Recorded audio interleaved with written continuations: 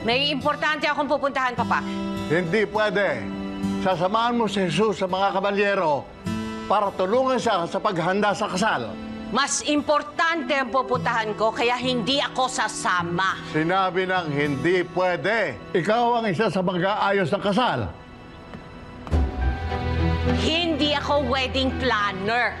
Hoy, ano sabi mo? Huwag kang basos, ha? Kausap mo ang tatay mo! Hindi kita tatay, di ba? Sabi mo, ampun lang ako. Kaya humanap ka ng aanipinin mo. Huwag mo akong tataliguran, bastos ka talaga! God damn it, hoy! Kaya mo na siya, Papa. Hindi natin siya kailangan. Kailangan pulido talaga yung ating mga galaw. Marcelo! So, praktisan. Oh, o nasa na sila tanggol? Kailangan pag-usapan na natin yung trabaho natin. Yan ang problema. Oh, bakit?